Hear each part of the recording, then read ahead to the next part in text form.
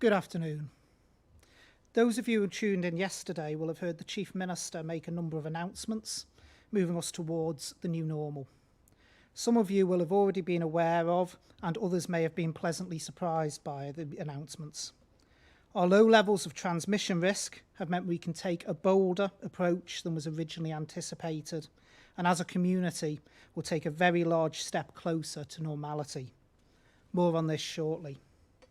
I'm joined today by a familiar face now at these briefings, the Chief Executive of the Department of Health and Social Care, Catherine Magson. I would like to first take you through today's statistics. The total number of tests undertaken now stands at 5,484. We are awaiting 17 results, meaning the number of tests concluded stands at 5,467. The total number of cases remains at 336, meaning we have no new cases identified and still no active cases. Next week, we hope to reach 28 days without a new case. This is a significant figure, as it is double the normal maximum incubation period for COVID-19. At this point, the Isle of Man will be as close to 100% free from the virus as we can be without a vaccine. Today would have been a day for us to come together and watch some exciting road racing and to celebrate the winner of the Senior TT. Usually a day for gatherings, barbecues and live music. It is another big day in the Manx calendar that we have had to sacrifice for the greater good. Another example of adapting to protect our society. But the sacrifices have been worth it. Monday will see responsibility shifting to you, the Manx public. From Monday, there will be no legal requirement to social distance. We will be the first place in the British Isles to be able to make such a claim, and one of the very few nations worldwide. Monday may look very different to us all. It is up to you to follow your own individual feelings on what you are comfortable with. For obvious reasons, some restrictions will remain in place at care homes and in medical environments, as this is where we see the most vulnerable in society. Catherine will cover this in more detail shortly. For the vulnerable in our society, you will have received a letter from the Department of Health and Social Care explaining that due to the current situation, it is now for you to make the decisions that best suit your situation and what you are comfortable with. The decisions are yours to make. I know that that can make some people feel scared and anxious, but the important thing for me to say is that the risk of transmission on the island now is exceptionally low, and it is important that those people who have been shielding, who are in the vulnerable category, can get out, can talk to their friends and their family and start involving themselves once again in the society of our island. Over the weekend, social distancing guidelines are still in place and gatherings, both indoor and outdoor, are limited. The 40-mile-per-hour maximum speed limit is still in place. This will increase to 60 miles per hour on Monday. The situation we find ourselves in here on our island is very different to the situation many other jurisdictions find themselves in. That is due to all the hard work and forbearance of each and every one of you over the last few months. But it is not a time to be complacent and fully relax our guard. We are still in the middle of a worldwide pandemic, so we must keep doing the basics. If you feel unwell and are displaying symptoms, you should stay at home, self-isolate and call the 111 hotline. Wash your hands regularly with soap and water for at least 20 seconds. Cough and sneeze into a tissue or the crook of your elbow, and sanitize any areas that may be used by multiple people. Getting the basics right is what got us in this position, and continuing with them will see us carrying on along this path. We will each have our own individual experiences over the last few months. We will all feel differently about the new normal, and that's okay. Businesses will also have different feelings about what they are comfortable doing and allowing on their premises, and that's okay too. Everyone will have their own boundaries. Everyone will have their own new normal. There is still a global pandemic, and we must still be ready to act fast and take the necessary precautions if our situation changes. Today, the Department of Health and Social Care published the Back to Care document. Back to Care is the Department of Health and Social Care's second roadmap document, setting out the next steps for those care services that were suspended, reduced or altered during the government's response to the COVID-19 pandemic. It is a companion document to Back to Health, published 2 weeks ago, and outlines pathways to reinstate the diverse services that come under the heading of social care. These include adult social care and our Children and Families division. Together, they are responsible for a diversity of provision, including older people's services, dementia care, services for adults with learning disability, child protection, looked after children, children with a disability, and youth justice. At this point, I would like to hand over to Catherine Magson for your piece, Catherine. Over to you. Thank you, Minister, and good afternoon. Yesterday's announcement about the lifting of social distancing has caught the attention of the UK media. The coverage speaks of a confident nation moving forward as one, of decisive action by a government who acted swiftly to defend the population against a pandemic threat, of a small but dedicated health and care service which pulled out all of the stops to ensure its limited resources were optimised to manage COVID-19. And perhaps most of all, it speaks of a concerted effort by the Manx public, willing to do the right thing to prevent a spike in cases and a surge on health and care services. This has been the most remarkable journey for us all. For me, having started in a role just a couple of months before the crisis took hold, it was not so much a steep learning curve, but an unexpected vertical one. But the COVID response has been a truly joint effort in which government, health and care services, our incredible staff and the public have pulled in the same direction. So a new chapter starts on Monday. For the majority, the freedom to associate freely with friends and family will be a cause for celebration. But we must not forget those who have suffered over the past few months, the vulnerable who've been shielding, for those who've been isolated, lonely, sad or frightened. They will need our help ongoing. Those scars won't be visible, but they are profound. We will be taking into account the potential for increased demand in our planning. For example, a need for mental health support, a delayed therapy, which will make a real difference to someone's individual mobility or well-being. There is so much to do, and while we have faced one of the most challenging periods in our professional lives, I'm under no illusions that we face today and ongoing a considerable challenge. On the positive side, people have become more aware ever of their own health and personal safety, and this in itself may change behaviours for the better. COVID has delivered a huge nudge in this regard. In DHSC, our focus remains firmly on protecting our patients and service users. You'll have heard the Minister stress yesterday that social distancing measures will remain in place in health and care settings, and this includes our residential and respite facilities and day services. We have moved mountains to protect the most vulnerable members of our community. Core essential services that support and protect them could not and did not stop during the crisis. We operated in some very different ways in some areas, but direct face-to-face contact continued where it was needed. By taking great lengths, we prevented an outbreak of COVID-19 in DHS facilities across the board and contributed substantially to helping prevent the private sector manage their homes, COVID-19 in their homes. This was the right decision and has paid dividends. While the virus now appears to be receding in the UK and is all but crushed in the Isle of Man, a re-emergence is not impossible. So we will continue to play it safe, retain precautions, and include social distancing for the time being in health and care services. This is a transitionary period which we will review on a rolling basis.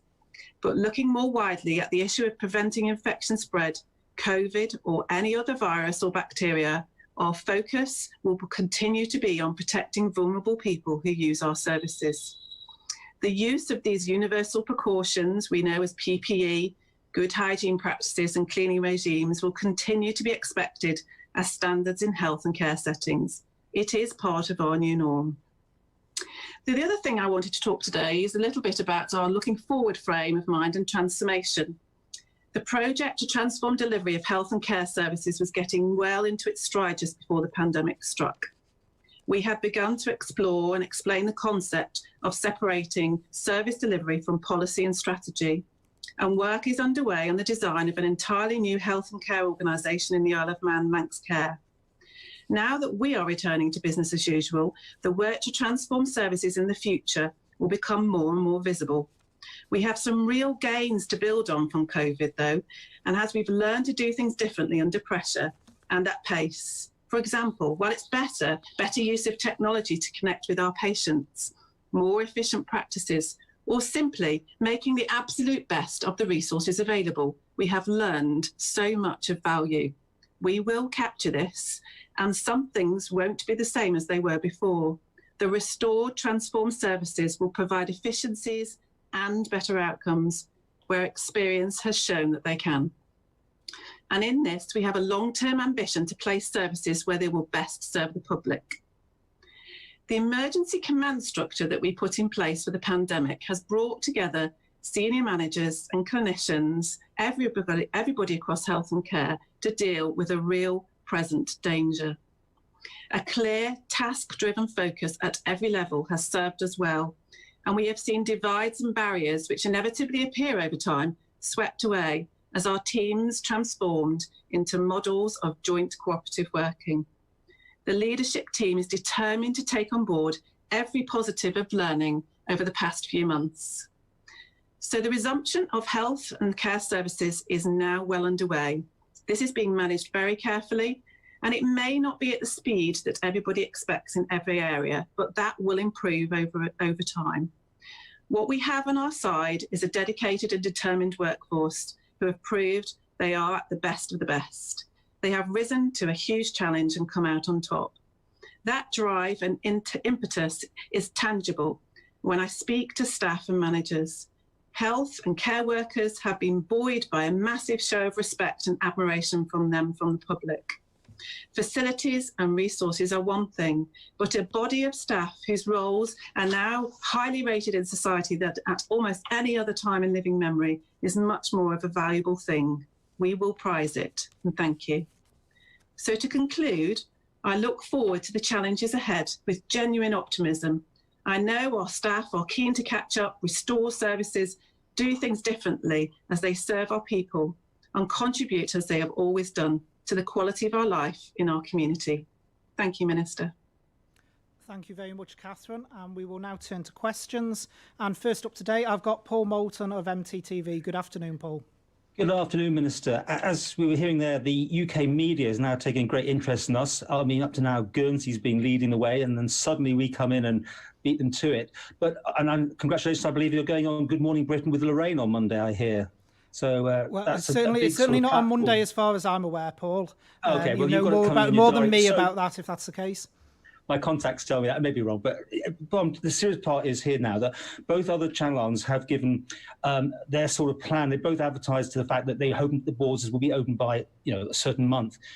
There's a lot of people still waiting on their holidays here. We've now got this same scenario, and people are just sitting around obviously waiting to know what they can do about their summer holidays. Can you give them any sort of idea, any glimmer that you have a end game with a month at least, that things could at least open up for those holidays? The Minister mentioned at the press conference yesterday, Paul, that we are building a roadmap. and the roadmap hopefully will be able to be published next week in relation to how we move forward in relation to border policies. I think the key thing I need to emphasise again is our borders depends not just on the situation for us, it also depends on the situations around us. My personal view is that the border control that we've had in place has been one of the biggest mechanisms of suppressing this virus for us. It has allowed us to get into the position that we're in a pent-up frustration with people, people feeling they want to travel. It is important that we don't release that too early and thereby cause COVID-19 to spike again in the island.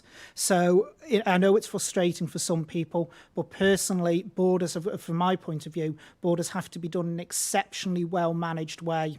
So there will be a roadmap coming out, hopefully before the end of next week, where people will be able to see the various levels on where we'll be able to release the borders. But like I say, the key measure on that is not what's happening here in the Isle of Man. It is what's happening in our near neighbours, the Republic of Ireland and the UK.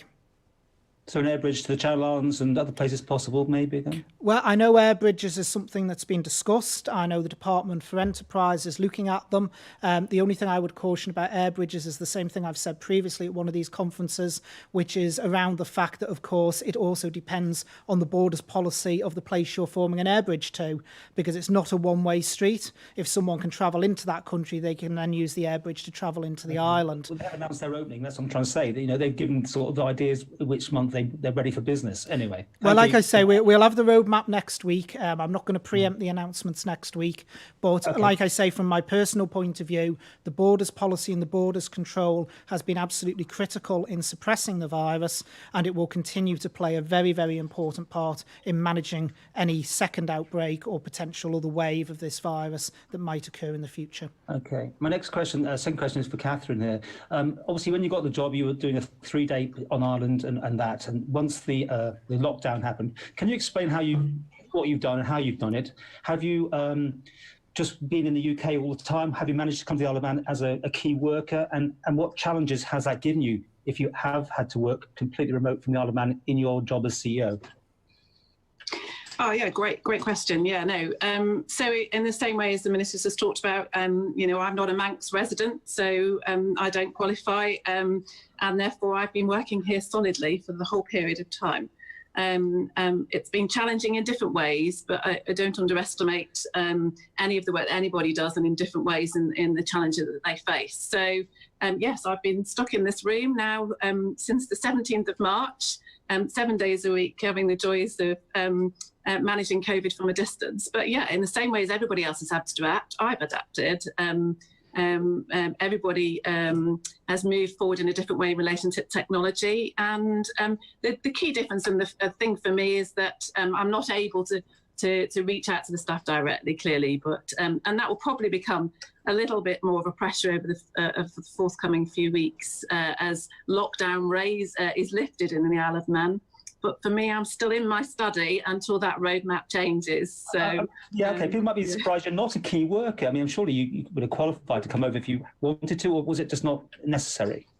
Well, no. At the end of the day, my job is not front facing. My job is to interface clearly with the political body, and then also the leadership directly with the team. So for the senior leadership team, so it's been perfectly practical and possible to do that.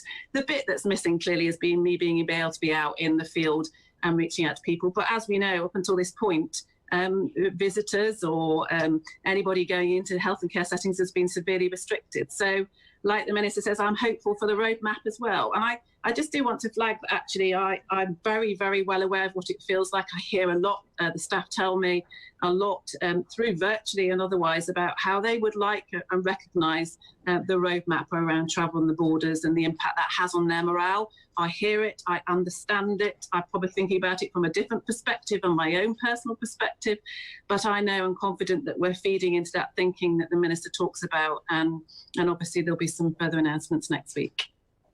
And can I just add at the end of that, because it's a very well-timed question, Paul, because it gives me a chance to publicly thank Catherine for all the work that she's been doing.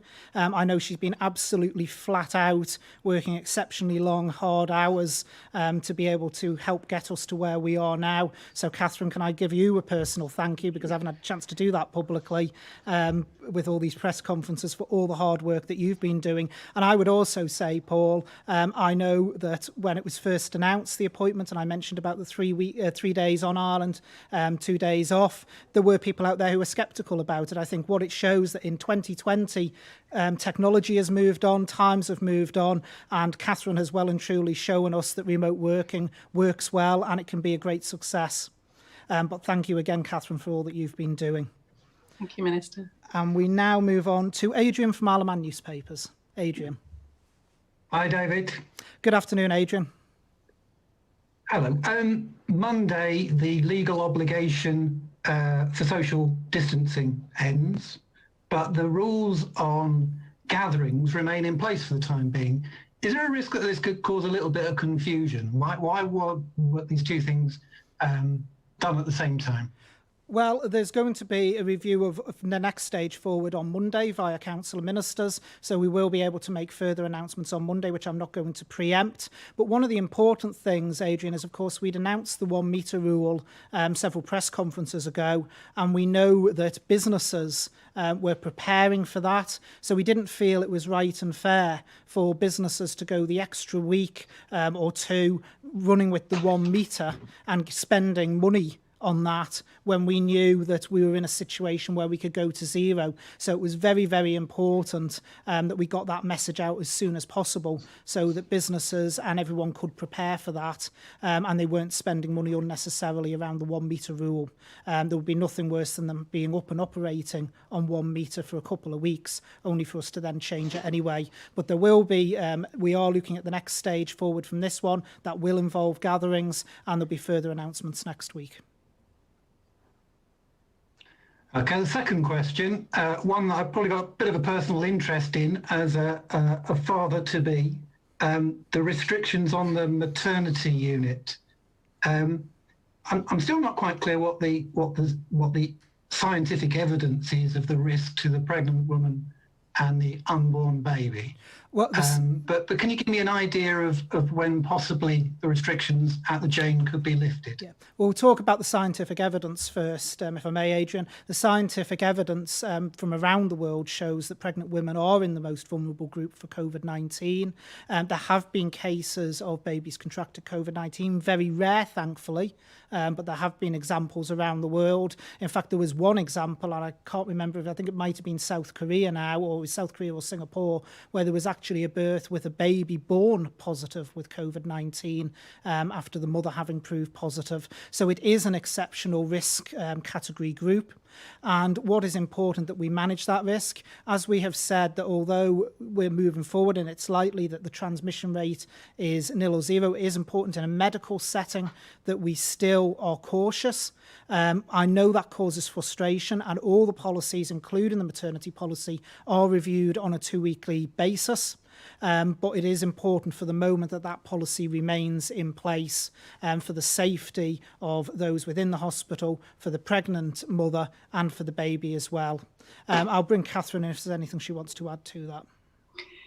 Yeah, I think it's absolutely. We absolutely do understand the any potential uncertainty that pathway may bring, but also then people's worry about how that will, what will happen, what will that experience be. We're very, very minded about this. Very, very, very aware of how the expectant mum and the family may feel. So we are starting to open things up. You'll start to see some changes in the next couple of weeks, particularly as we've relaxed more broader measures. But then, as the Minister refers to, it will be a transition as we transition from where we are now to more universal procedures in the way that we work. So my expectation is by the beginning of July, it'll start to feel different in some settings, and some settings will follow thereafter. What I would say, though, as well, is we've had a number of ladies that have emailed us, or families, or dads as well, expected dads who've all been speaking to us, and we've done a lot to support them as individuals and how that experience will work, talking to them of what will happen when they arrive, perhaps bringing them in a little bit earlier as well. So there's loads of things that the team will do to help support families. So please do, if there's individuals concerned, then please do get in touch with us, and we're very happy to help. Yeah, we do accept, Adrian, that there are unique situations, that for everyone the experience is different. I've spoken myself to several couples who are very nervous about it. The mother-to-be is exceptionally nervous about potentially going through things on her own and wanting the partner there. And where the team can, they will try and assist with anything they can do to reassure the expectant mother and the father as well. Okay, next up. We'll say that with... Yeah, sorry, Adrian. Yeah. I will say with the parent craft session cancelled, an online thing was done, which was really, really very helpful and much appreciated. Well, thank you very much for the feedback. I've had other feedback in relation to that as well that has been positive, but it's good to actually hear it from someone who's actually been through it. So thank you very much for that, Adrian. Now we move on to Rob from 3FM. Good afternoon, Minister. My first question, just for some clarity, if you don't mind. You mentioned yesterday that with the social distancing changes from Monday, shops will still be able to put social distancing measures in place if they feel it's in the best interests of customers and staff. Where do hairdressers and salons fit into that category, given the extra measures they're having to put in place, given the nature of their work? So in relation to hairdressers, obviously social distancing will not be a legal requirement. So if they wish people to and customers to queue in their salons, they will be able to do so without social distancing.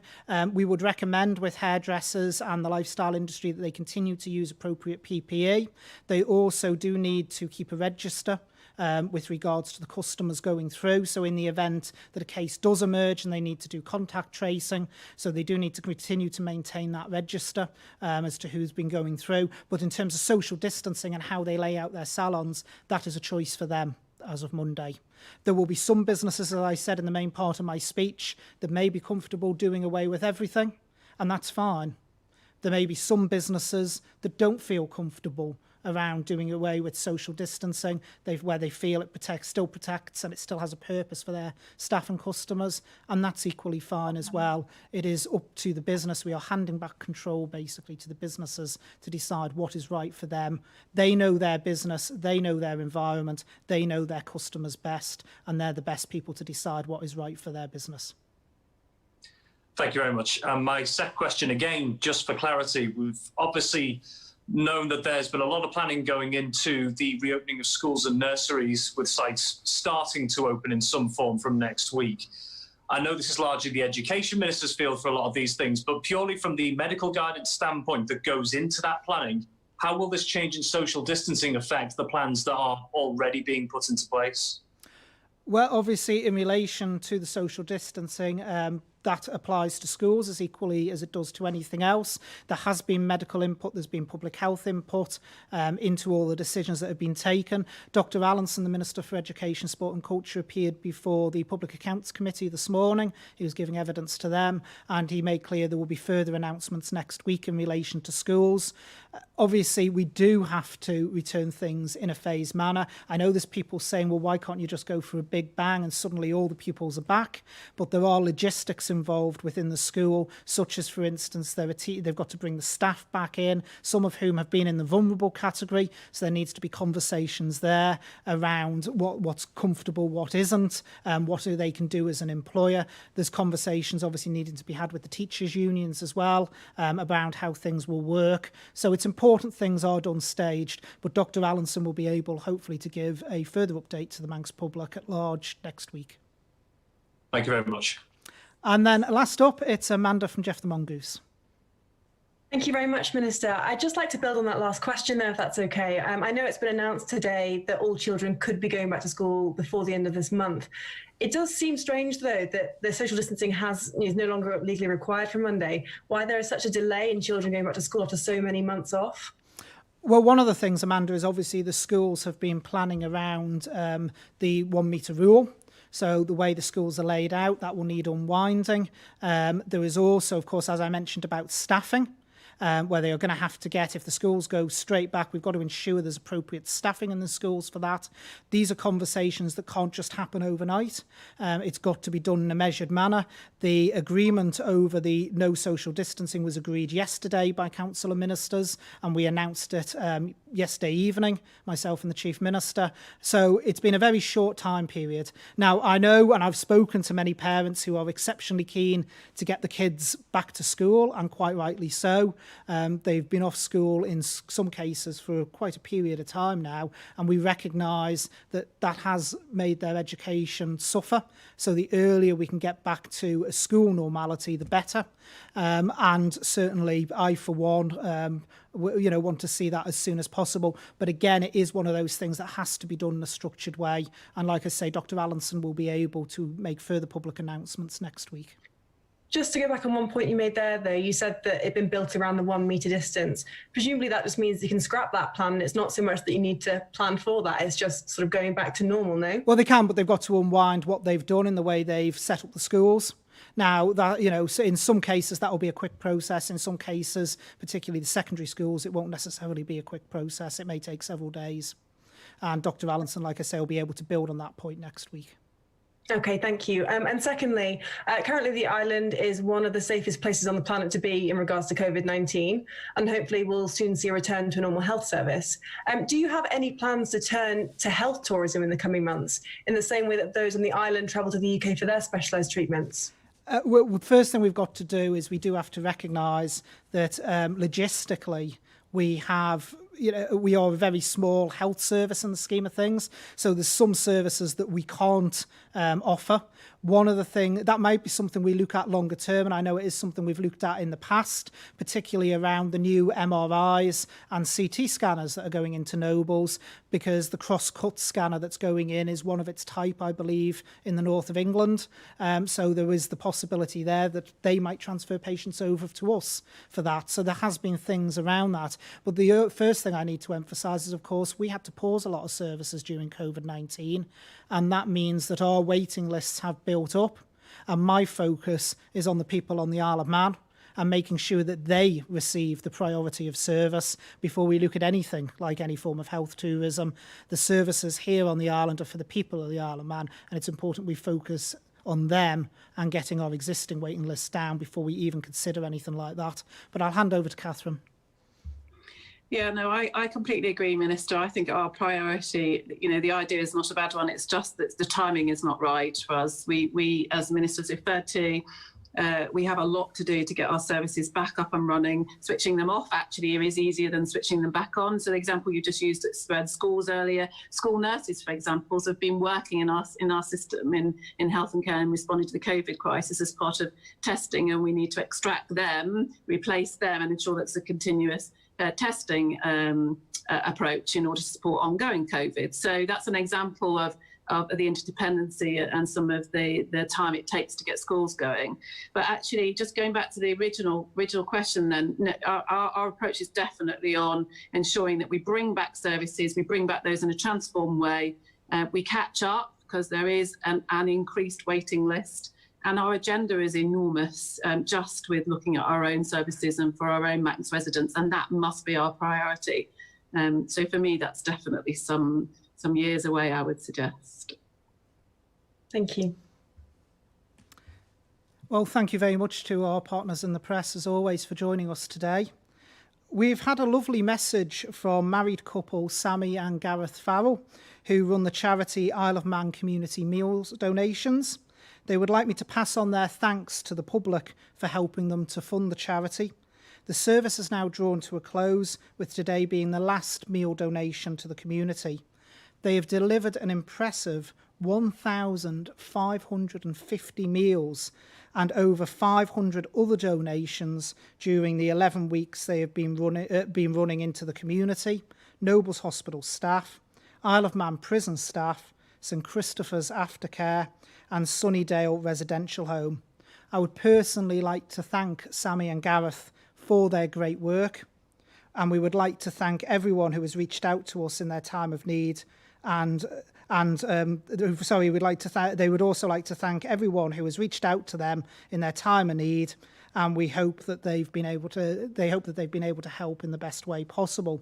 I would also like to do a personal shout out as well, because we are in the midst of Care Week, to the learning disability services and all the learning disability residential staff who've been working exceptionally hard and developing new ways of working over the COVID-19 period. Can I thank each and every one of them from me for all that they have been doing?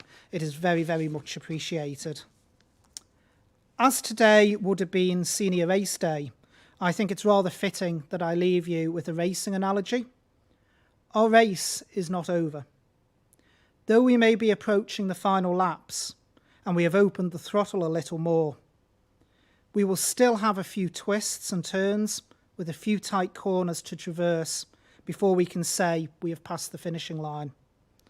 We shouldn't be disheartened if there is an odd bump along the way. We will adjust and find a new line of travel. Yes, there is cause to be proud of what we have all achieved so far, but it is not quite our victory lap. I am personally very proud of what everyone has achieved together, and I hope that each and every one of you are as well.